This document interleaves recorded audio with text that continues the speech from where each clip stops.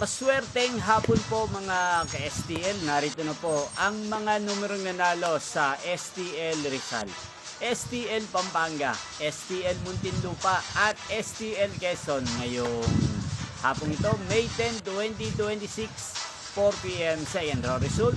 Yan, nakikita nyo po ngayon sa screen ng inyong cellphone ang mga numerong nanalo sa STL ang nabanggit kong mga lugar. In exact order po yan. At kung maswerteng natayaan nyo po ang mga numero niyan kanina, congrats po sa inyo. Yan, ano nga bang magandang tayaan ngayon sa STL ng nabanggit kong mga lugar?